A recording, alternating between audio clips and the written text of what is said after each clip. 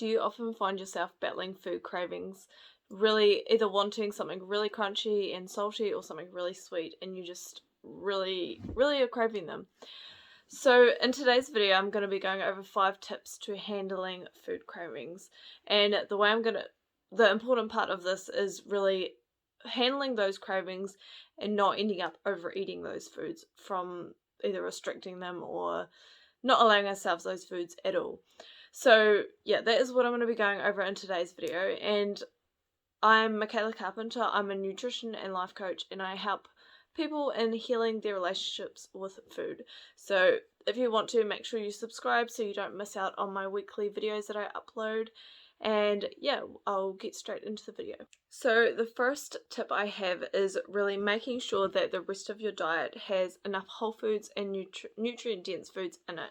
So if we have a diet that is quite highly processed and doesn't have a lot of whole foods in it, that's going to really increase the sort of cravings that we get, because the more of those sorts of processed foods we eat, the more we crave them as well. So it's important to make sure that you are including plenty of fruits and vegetables, whole grains, that sort of stuff that is going to really nourish your body and fuel it right in the first place. So yeah, that is a really important part, and it also helps us feel really satisfied and kind of takes away from cravings that really are coming from a place of a body wanting and needing more nutrition. So that is tip number 1. Second tip is to start getting really curious as to why you are craving a certain food. So really ask yourself what is triggering those cravings.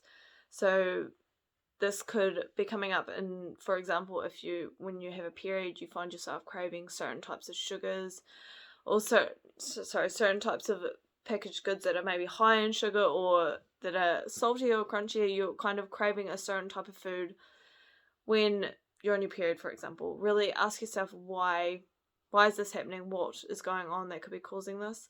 And oftentimes when it comes to periods, due to all the hormones that the changes and fluctuations in hormones, it can cause our blood sugar levels to drop, and that can obviously cause our body to want more energy. So our body will naturally start craving things that are more processed if that is what we have been giving it in the past, and that is a habit we've kind of reinforced. So it's important to really start becoming aware of what is causing us to really reach towards those foods and really crave those foods in the first place. So that is tip number 2. And I also wanted to say that I have created a masterclass which really dives deep into this tip number 2 and really gives you an action step on how to start becoming more aware of your triggers, the triggers that cause you to emotionally eat or eat even with cravings when it comes to things like that.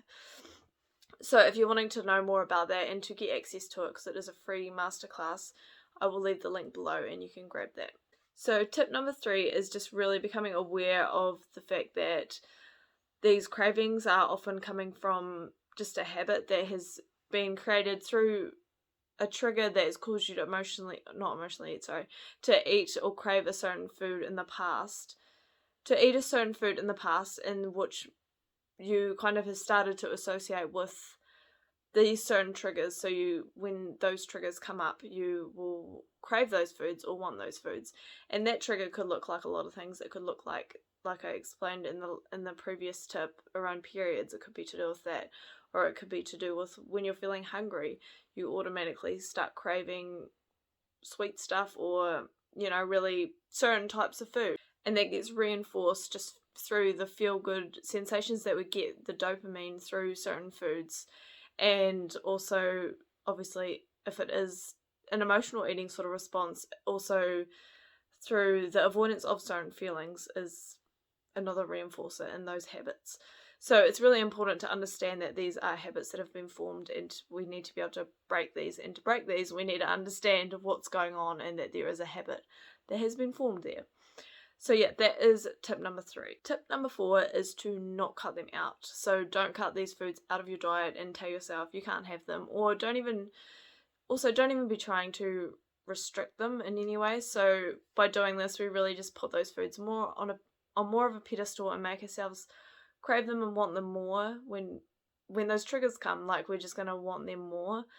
And if we keep pushing that aside without working through the underlying issues that are causing us to crave those things, we're just going to eventually overeat those foods and keep ourselves stuck in these sorts of patterns where we aren't really dealing with the real cause. We're just kind of surface level avoiding or sort of numbing those true triggers and causes that are making us do that. So yeah, that is tip number 4. Tip number 5 is to really try and break the idea that there is good versus bad food.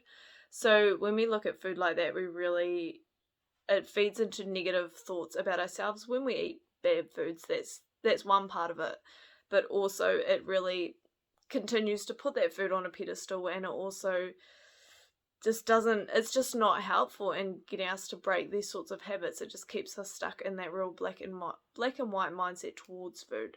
So instead of doing this, it's a possible shift you could have in the way you look at food could be really, what can this food do for me?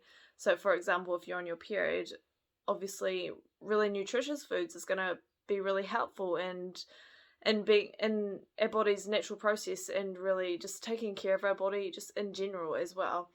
So really asking ourselves, what food is going to nourish my body better, what would be more helpful in this moment, and not just completely saying I'm not going to have that food. Just really ask yourself, okay, well what's going to really nourish my body better in this situation, and then moving forward from there. So yeah, that is tip number 5, really just a mindset shift around the way we view food and what it does for our bodies. This was a really short video today, just because a lot of the stuff I talk about, I do dive in deeper in the masterclass that I released, the free masterclass I released a wee while ago now, but and that kind of dives into these things even in a more in-depth way. So I think overall it's really important to just recognize that we need to work through the underlying causes and not just look at the surface level causes and things that we can see happening.